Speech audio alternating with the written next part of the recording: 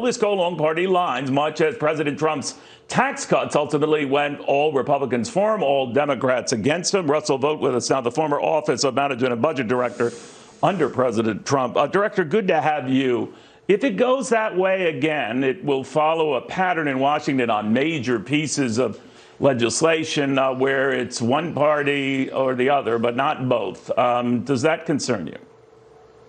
It does. It makes each and everything that we try to do in this town to improve the lives of the American people harder. And I think it's going to make the Biden administration's life a lot harder as a result of a party line vote, because they want to turn and unfortunately move towards another big spending bill, either on infrastructure or climate spending. And so this is the first of many spending bills, and we can't afford it as it is right now. But this is going to be a crucial moment in the Senate to see whether this is going to be party line or not. Still, there was a lot of spending under the Trump administration. You were there for that. I'm not blaming as much as saying it's sort of like a bipartisan buying binge pattern. You eventually have to pay this money back, right? We do. And under the Trump administration, we were putting forth many budgets that proposed a lot of trillions of dollars in spending, savings, and reforms.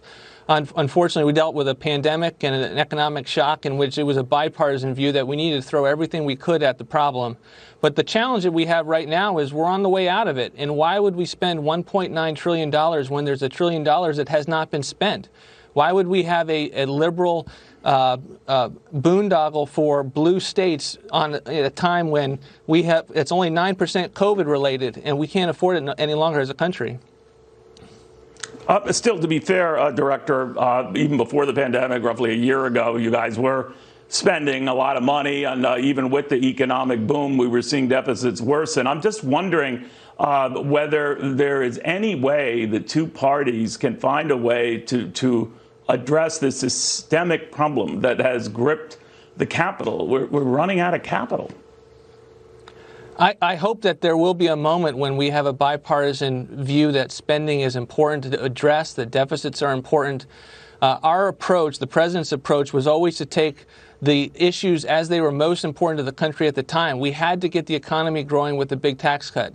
We had to rebuild the military, and then we had to deal with the reality of the economic shock that we were faced with. But I think you're seeing interest rates ticking up. I think that will get people's attention. That has a historic way of getting people's attention in this town to focus on what we can and cannot afford in ending silly season in Washington, D.C.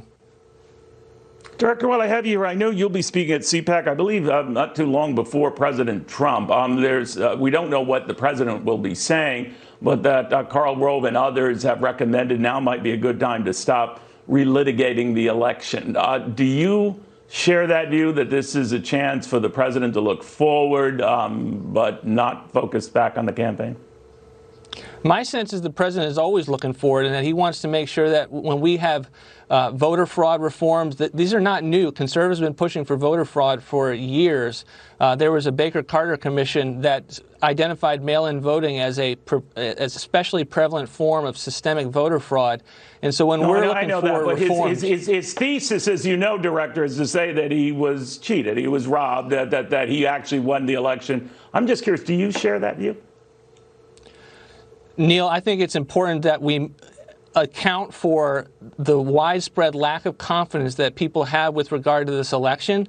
And it's an important conversation. I'm willing to have that conversation. I think we need to look forward to the reforms. Do you believe he was cheated, Director? Do you believe the president, if he brings that up, he's saying that he was cheated, he was robbed. Do you think Donald Trump was robbed? I understand, Neil, where all of the concern is coming for across the country. The president increased his vote by 10 million voters across this country, and he did better in every single state except where the states that there was significant concern. And you look at why we weren't not able to win in court, it comes from the fact that you don't have a lot of time to prepare these cases, and there was a bipartisan reluctance to look at the evidence. And so looking forward is what we're trying to do. My guess is that's what the president's going to be talking about. So you don't think Joe Biden is the duly elected, it doesn't matter now, but you don't think Joe Biden was the duly elected winner of that election because he got more votes in the end than Donald Trump? I didn't say that, Neil. I said that we didn't have an opportunity to really study the evidence and have it presented in courts in a way. No, just you personally. I'm sorry, Director. Just you personally. You've worked with it. Do you think that he actually won the election as he says he has. And he did, and he might say again this weekend. I think the president did very well in the election. I'm not willing to say one way or the other, because we had significant assertions about voter fraud that I believe are very credible. We're trying to move forward to give the American people confidence, and I think that's where we need to be moving towards. All right. Russell Vought, thank you very, very much. The former OMB director.